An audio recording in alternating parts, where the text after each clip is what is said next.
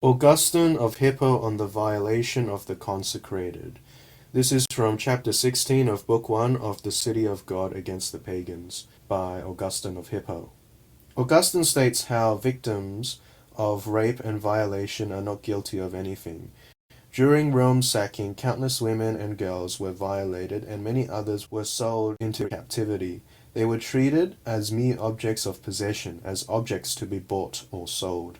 Augustine responds emphatically that rape is wrong and the victims are not to be blamed, nor is this a moral blot against their conscience. He states that the virtue which makes the life good has its throne in the soul, and whence rules the members of the body, which becomes holy in virtue of the holiness of the will, and that while the will remains firm and unshaken, nothing that another person does within the body or upon the body is any fault of the person who suffers it, so long as he cannot escape it without sin.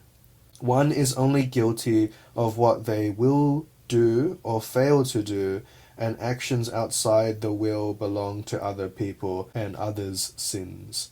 Some people who are raped feel lust, which creates a sense of shame and guilt, since the act may produce sensual pleasure in the midst of their suffering and pain. This could not count as a moral sin, as there is no will involved.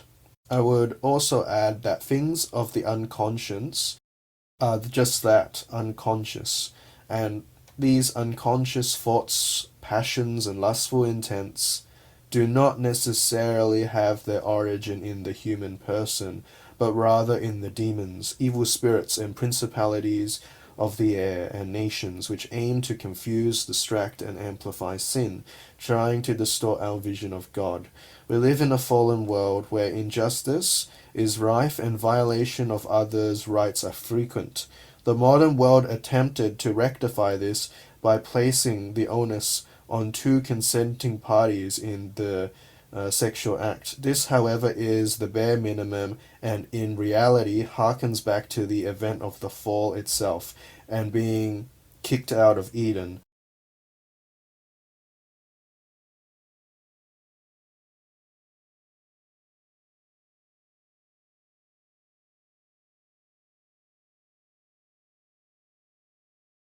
Lust is confused with love, and the children of Eve have become selfish, self-seeking, wanting to be as if gods.